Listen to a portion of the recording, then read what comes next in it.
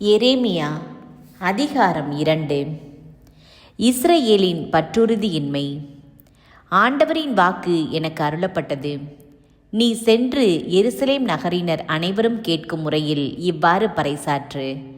ஆண்டவர் கூறுவது இதுவே: உன் இளமையின் அன்பையும் மணமகளுக்குரிய காதலையும் விதைக்கப்படாத பாலை நிலத்தில் நீ என்னை எவ்வாறு பின்பற்றினாய் என்பதையும் நான் நினைவு கூறுகிறேன்.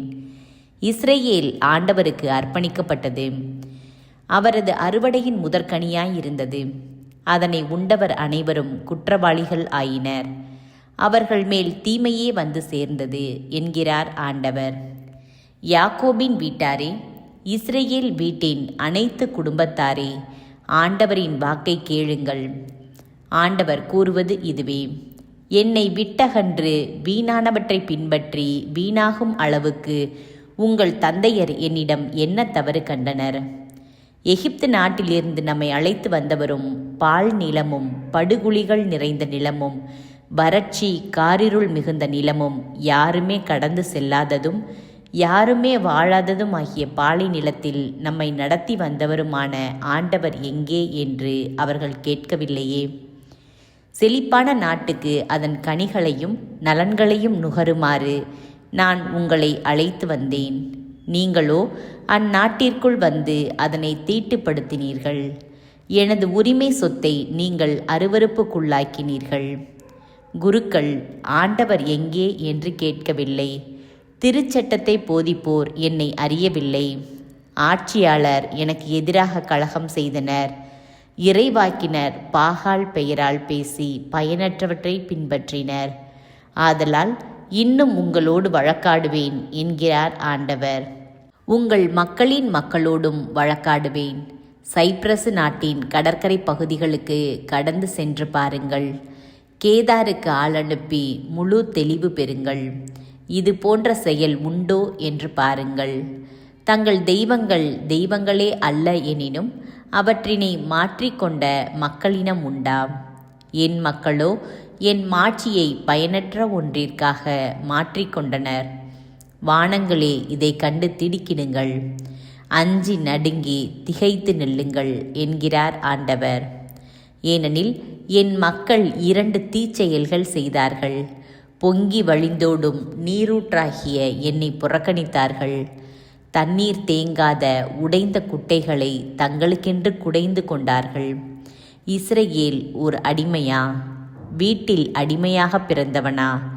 அவன் ஏன் சூறையாடப்பட வேண்டும்? அவனுக்கு எதிராக இளம் சிங்கங்கள் கர்ச்சித்து பெரும் முழக்கம் செய்து அவனது நாட்டை பாழடைய செய்தன. அவன் நகர்கள் தீக்கிரையாக்கப்பட்டன. அவற்றில் குடியிருப்போர் எவரும் இலர். மெம்பீசு தகப்பனேசு நகரினர் உன் தலையை மழித்தனர். உன் கடவுளாகிய ஆண்டவர் உன்னை வழிநடத்தி செல்லும்போதே அவரை நீ புறக்கணித்ததால் அன்றோ இதை உனக்கு வருவித்து கொண்டாய்? நைல் நதி நீரை குடிக்க இப்போது நீ எகிப்துக்கு போவதால் உனக்கு வரும் பயன் என்ன? யூப்ரத்தீசு நதியின் நீரை குடிக்க அசீரியாவுக்கு போவதால் உனக்கு வரும் பயன் என்ன? உன் தீச்செயலே உன்னை தண்டிக்கும். உன் பற்றுறுதியின்மையே உன்னை கண்டிக்கும். உன் கடவுளாகிய ஆண்டவராம் என்னை புறக்கணித்தது தீயது எனவும் கசப்பானது எனவும் கண்டுணர்ந்து கொள். என்னை பற்றிய அச்சமே உன்னிடம் இல்லை என்கிறார் என் தலைவராகிய படைகளின் ஆண்டவர். நெடுங்காலத்துக்கு முன்பே உன் நுகத்தடியை முறித்து விட்டாய். உன் தலைகளை அறுத்து விட்டாய். நான் ஊழியம் செய்யேன் என்று சொன்னாய். உயர்ந்த குன்றுகள் அனைத்தின் மீதும் பசுமையான மரங்கள் அனைத்தின் கீழும் விலைமாதாகி கிடந்தாயே. முற்றிலும் நல்ல கிளைகளில் நின்று உயர் இன திராட்சை செடியாய் உன்னை நட்டு வைத்தேன். நீ கெட்டுப்போய் தரம் கெட்ட காட்டு திராட்சை செடியாய் மாறியது எப்படி? நீ உன்னை உவர் மண்ணினால் கழுவினாலும் எவ்வளவு சவர்க்காரத்தை பயன்படுத்தினாலும் உன் குற்றத்தின் கரை என் கண்முன்னே இருக்கிறது என்கிறார் என் தலைவராகிய ஆண்டவர். நான் தீட்டுப்படவில்லை, பாகால்களுக்கு பின் திரியவில்லை என எப்படி நீ கூற முடியும்? பள்ளத்தாக்கில் நீ சென்ற பாதையை பார். நீ செய்தது என்ன என்று அறிந்து கொள். இங்கும் அங்கும் விரைந்தோடும் பெண் ஒட்டகம் நீ. பாலை நிலத்தில் பழகியதும் காம வேட்கையில் மோப்பம் பிடிப்பதுமான காட்டுக்கழுதை நீ. அதன் காம வெறியை யாரால் கட்டுப்படுத்த முடியும்? அதனை வருந்தி தேட தேவையில்லை. புணர்ச்சி காலத்தில் அதனை எளிதில் காணலாம். கால் தேய ஓடாதே, தொண்டை வறண்டு போக விடாதே என்றால், நீயோ பயனில்லை, நான் வேற்று தெய்வங்கள் மேல் மோகம் கொண்டேன், அவர்கள் பின்னே திரிவேன் என்கிறாய். திருடன் பிடிபடும்போது மானக்கேடு அடைவது போல இஸ்ரேல் வீட்டாரும் அவர்களின் அரசர்களும் தலைவர்களும் குருக்களும் இறைவாக்கினர்களும் மானக்கேடு அடைவார்கள்.